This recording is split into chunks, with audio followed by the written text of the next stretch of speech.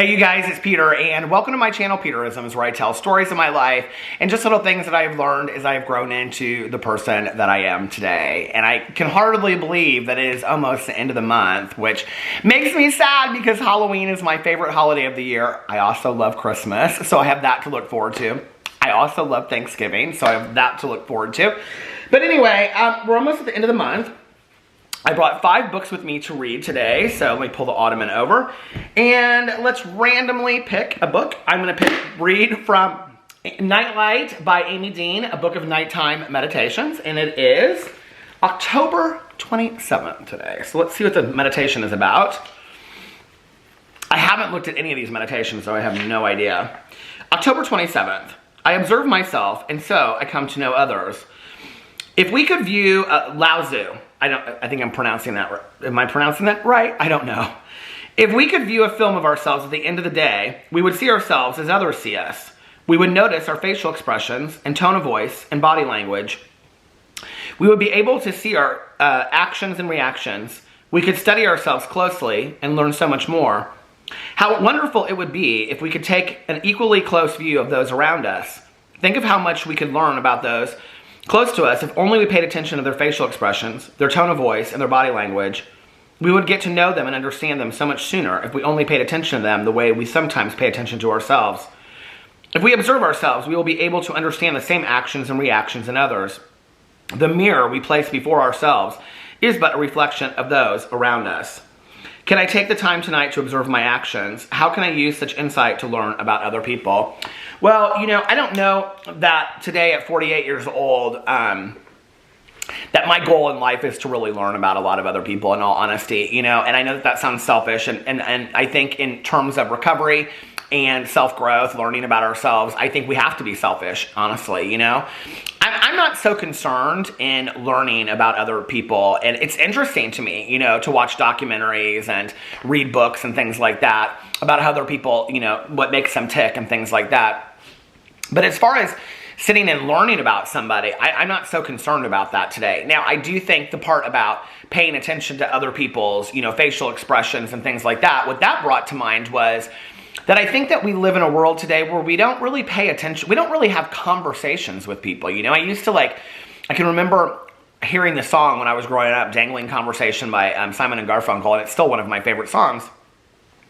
And I can remember this whole idea that my friends and I had. We thought we were very artsy and bohemian back in the day of having these deeply intellectual conversations. But I think that we live in a world today where we don't really have that. And even small talk is just smaller talk, smallest talk. It almost doesn't even mean anything anymore. It's not like we actually have conversations. And it's interesting because I live in a neighborhood that is, the majority of the people that live in my neighborhood are older, and they'll come out and we'll sit here and have conversations that I don't have with the rest of my friends that are younger, and it can start from everything, to being about, I was talking to my neighbors today about finding where we can early vote in Indianapolis, and it turned into this long conversation that had nothing to do with that, and just, anyway, just all kinds of stuff, and it's really nice to have those conversations, but do we really pay attention to those around us anymore? Or I don't even have my phone. I don't know where it's at. I think it's over there.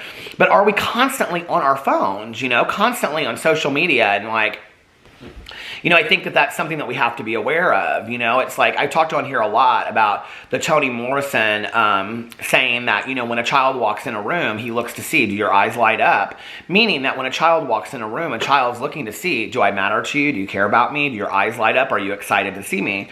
Or is the first thing they see your critical eye, which is what she talked about? Are they looking at, does he have his pants, a belt on and his pants pulled up and his, socks on and shoes on, shoes tied?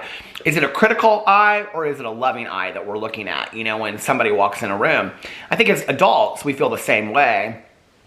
I know for me, when I meet with people, and I'm somebody that is on social media a lot because it's, well, that's what I do for a living, is social media, you know what I mean? But I have to tell you that I'm probably the least social media person of all of my friends, even though that's a lot of what I do, And I have to say, it kind of hurts my feelings sometimes when, I am let's say a friend of mine go out to lunch and the first thing they do is get on their phone, and I'm like, like, could you put your phone down for a couple minutes, please? And just like, I've even said it to friends of mine. And it's interesting because people get very defensive about the phone thing today. If you say anything, they immediately, they'll respond and say, well, you're on your phone all the time too. And, for a long time, I'd say, no, I mean, not like you are, but now I'm like, well, I'll take a look at that. Maybe I need to take a look at that. I don't enjoy being on my phone the way that I used to. I just really don't, and I find myself becoming consumed with, it's the Facebook rabbit hole. It's like, I see somebody on Facebook post something, I'm like, oh, I haven't seen them for a long time. And then like, I'm looking at their stuff and then somebody posts, I'm like, oh, what happened to them? And then, an hour and a half goes by and I've wasted my time on social media. It's just really not that enjoyable to me. That's an hour and a half that I could take reading a book or listening to an audiobook or making a video or, I don't know, getting a nice meal with somebody that I love or having a phone call with somebody. I would rather do that than fall down that rabbit hole of social media. It's not that fun to me anymore. So I think really what this meditation says to me is pay attention to those people around you more. Like when you're with somebody, like really be with somebody, like really pay attention to them, listen to them, Do you remember the difference between like active listening and hearing that you would learn about back in the day? And I can remember when I first I don't remember where I heard about it first. I was like from some counselor I had in high school or something. And I can remember I said it to my mom. I said, you never listen to me. And she said, yes, I do. She's like, I can repeat back everything that you just said to me. And I said, you heard what I said. And yes, you can repeat it back. But you're not listening to it. You're not internalizing what I'm saying. And we're not having a conversation. Because she would stand at the kitchen. I'm not telling you the story. But like in my head, she would be standing. Like, well, this is how it happened. She'd be standing there washing dishes in the kitchen or something. Or cooking. And, oh, really?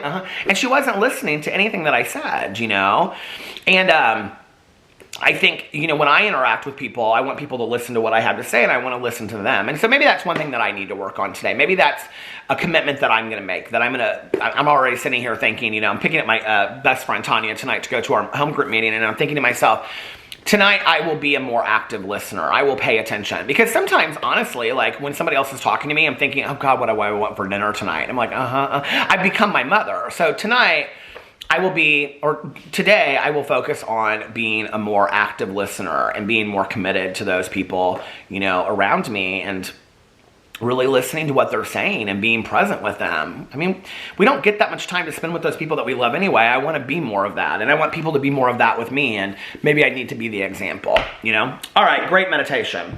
Oh, the other thing I want to say about this in here is that the whole idea of people are mirrors to us is so true. Those things that you see in other people that you don't like in yourself are typically things you don't like about yourself, right? Or typically things that you didn't like about yourself that you've worked on that you still see and you're like, ooh, like I remember when I was that person back in the day. So we have to be very careful of those mirrors, And, I think that people are also mirrors of who we want to be sometimes. And we see, ways that they are and we think, oh God, I want to be like that. Or I want to be more, full of grace or gratitude or, peaceful or serene. So people can also be mirrors of who we want to be, as we get older. Or as we, go through life. All right, great meditation. I'm going to read from The Language of Letting Go, unless it's like, let's see. Sometimes these can be very, very serious in here. It's about a step. The step is actually about consciousness. This is step 11. Okay. Sought through prayer and meditation to improve our conscious contact with God as we understood Him, praying only for knowledge of His will for us and the power to carry that out. Step 11, it says of Al-Anon, but it's also step 11 of other 12-step programs. Where are my glasses? Praying only for knowledge of His will for us and the power to carry that out only means that we ask on a daily basis to be shown the plan for that day. We also ask our source, whatever your higher power is, for the power we need to carry that through. We will get a yes to both requests. We do not ask other people to show their will for us. We ask God. Then we trust that we'll be empowered to carry God's will through. God never asks us to do anything that He would not equip us to do. He never asks us to do anything we can't do. If we are to do it, we will be empowered. That's the easy part of this program. We never have to do more than we can or anything we can't. If we want to worry and fuss, we can, but we don't need to. That is our choice. I have learned through difficult and good times that this step will carry me through. When I don't know what to do next, God does.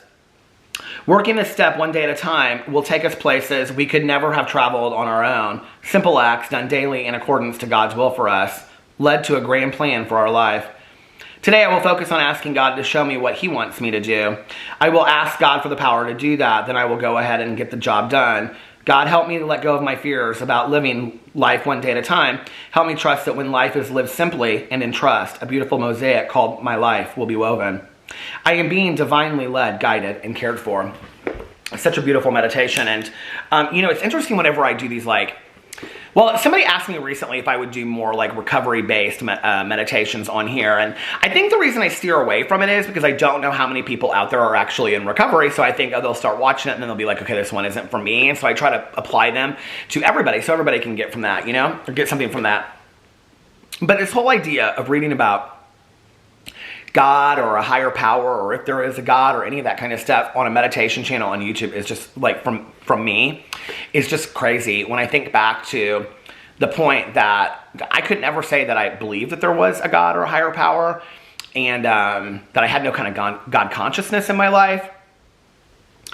I had never internalized any kind of higher power, and I definitely wouldn't have been somebody that ever would have thought that I would publicly be talking about it, and I really just try to share my experience, strength, and hope about it. And my experience, strength, and hope is that I was so resistant for a long time and had never really had any negative experiences with any kind of spirituality, not religiosity. I feel like that is something completely different.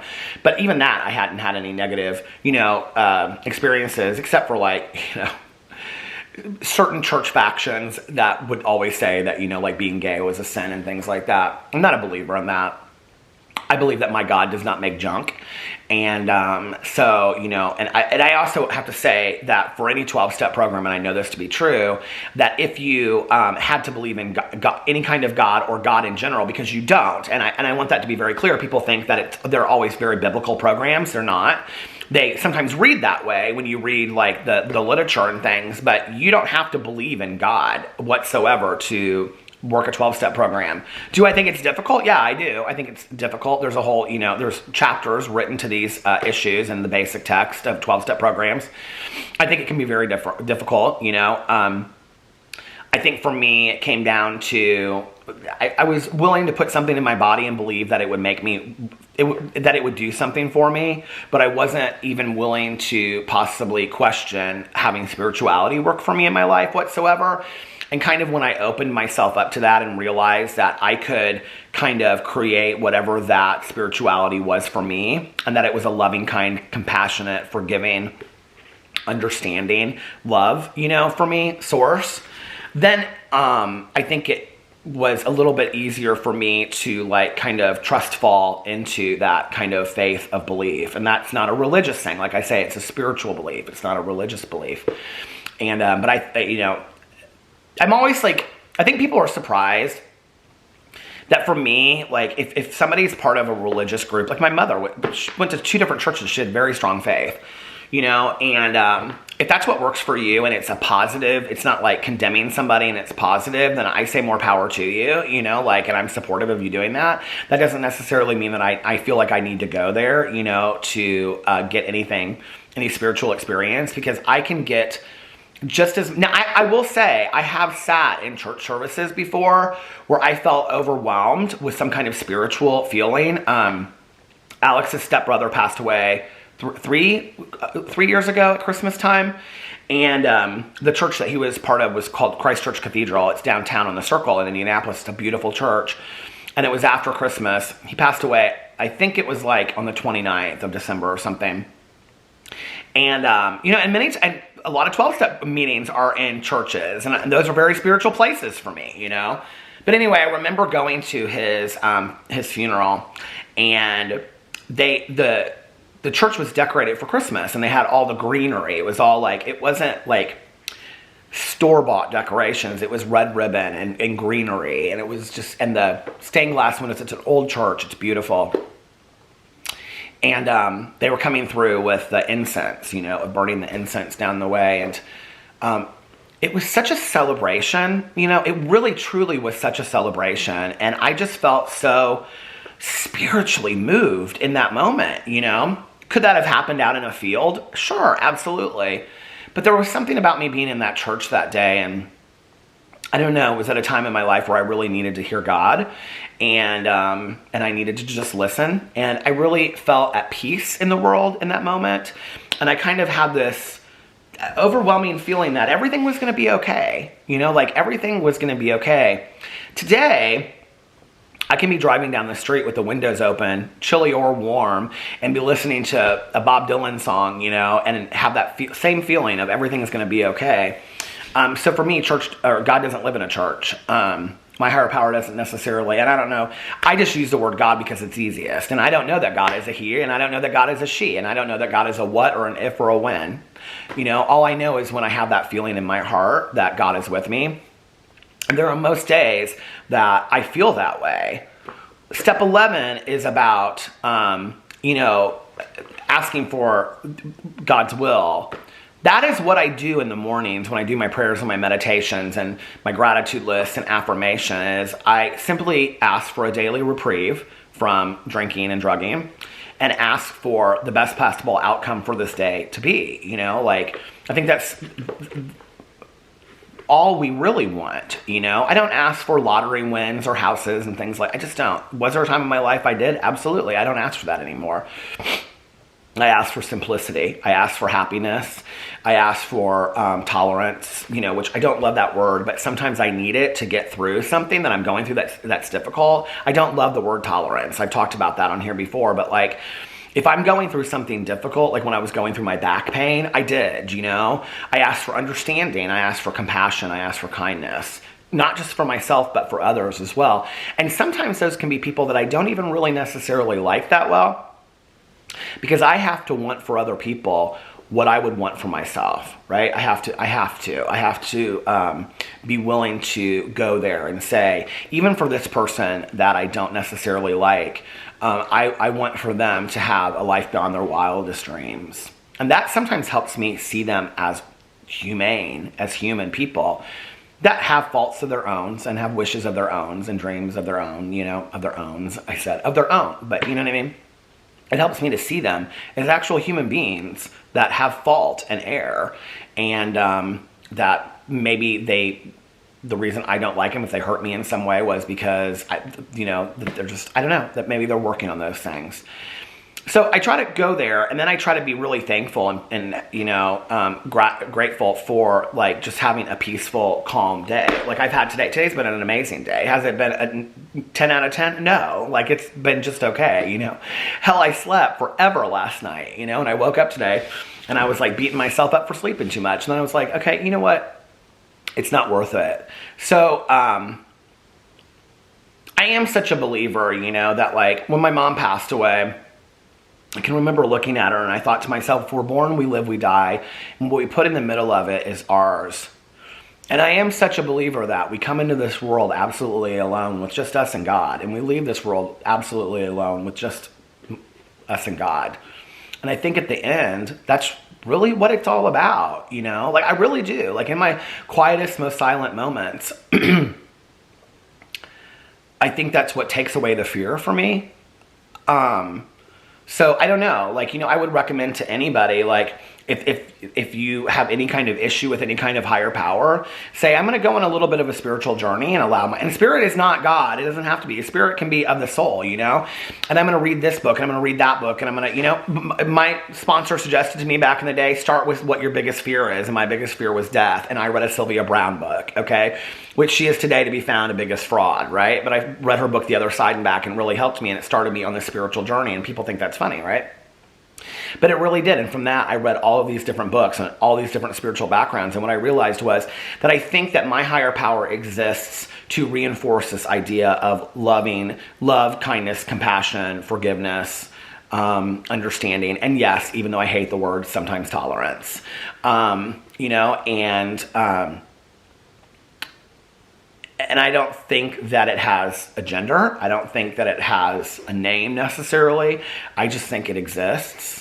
And that I think that the will for me on a daily basis is to be the best version of myself I can be, and to be open to the experiences that come my way that day, to enjoy my life to the best of my ability, and to be open to those experiences. So anyway, that was a good meditation.